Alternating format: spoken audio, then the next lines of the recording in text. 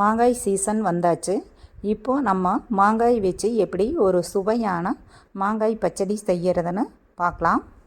இந்த பச்சடி இட்லி, தோசை, சாதம், சப்பாத்தி எல்லாத்தோடையும் தொட்டு சாப்பிட ரொம்பவே டேஸ்ட்டாக இருக்குது. சும்மாவே எடுத்து சாப்பிடலாம். ரொம்ப ரொம்ப ரொம்ப டேஸ்ட்டாக இருக்கும். செய்கிறது ரொம்பவே ஈஸி. வாங்க எப்படி செய்கிறதுன்னு வீடியோக்குள்ளே போய் பார்க்கலாம்.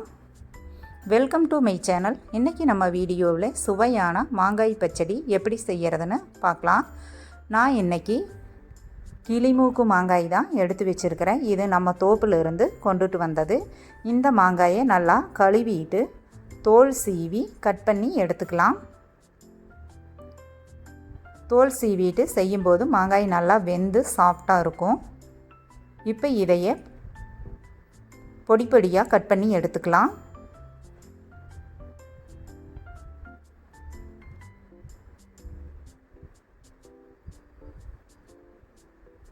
எல்லா மாங்காயும் கட் பண்ணி எடுத்துட்டு எப்படி செய்கிறதுன்னு பார்க்கலாம்.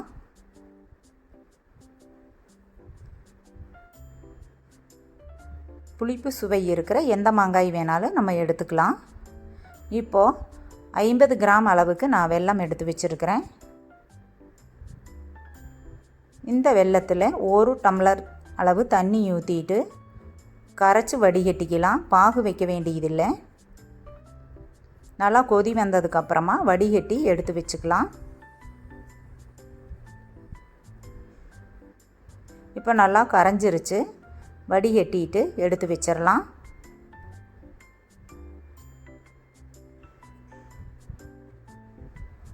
இது இருக்கட்டும். இப்போ கடாய் அடுப்பில் வச்சுக்கலாம். 1 டேபிள் ஸ்பூன் அளவுக்கு நல்லெண்ணெய் ஊற்றிக்கலாம். நல்லெண்ணெய் நல்லா சூடாகட்டும். 1 ஸ்பூன் அளவுக்கு கடுகு உளுந்தம்பருப்பு போட்டுடலாம். கடுகு நல்லா வெடித்து வரட்டும்.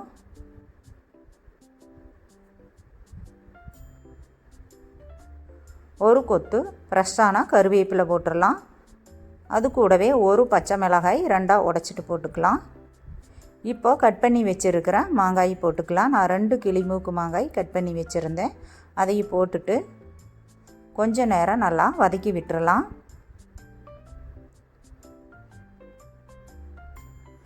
இப்போ இந்த பச்சடிக்கு தேவையான அளவு கல்லுப்பு 1 டேபிள் ஸ்பூன் அளவுக்கு போட்டுக்கலாம்.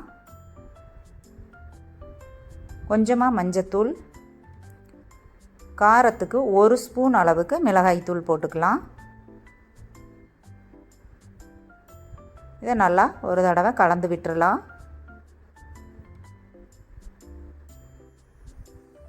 கொஞ்சமாக பெருங்காயத்தூள் போட்டுக்கலாம்.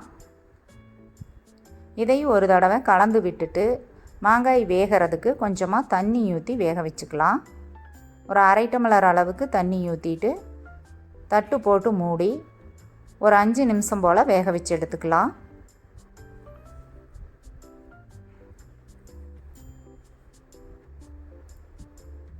இப்போ தட்டை எடுத்துகிட்டு பார்க்கலாம்.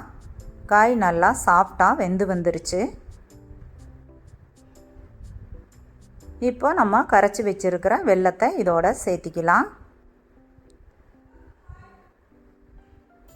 நல்லா கலந்து விட்டுட்டு தட்டு போட்டு மூடி மறுபடியும் ஒரு 3 to 4 நிமிஷம் அளவுக்கு வேக வச்சுக்கலாம்.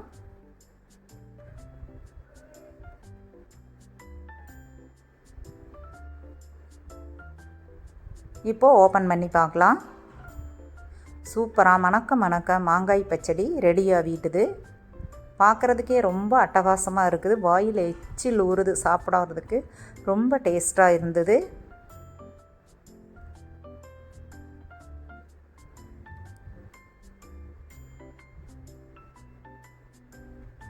ஆறின பிறகு ஒரு ஜாரில் போட்டு ஃப்ரிட்ஜில் வச்சுக்கலாம். 1 வாரம் கூட வச்சு சாப்பிட்லாம். ரொம்பவே நல்லாயிருக்கும். நீங்களும் இதே மாதிரி இதே அளவுகளோடு செஞ்சு பார்த்துட்டு எப்படி இருந்ததுன்னு கமெண்ட்ஸில் சொல்லுங்கள். லைக் பண்ணுங்கள், ஷேர் பண்ணுங்கள், சப்ஸ்கிரைப் பண்ணுங்கள். தேங்க்யூ.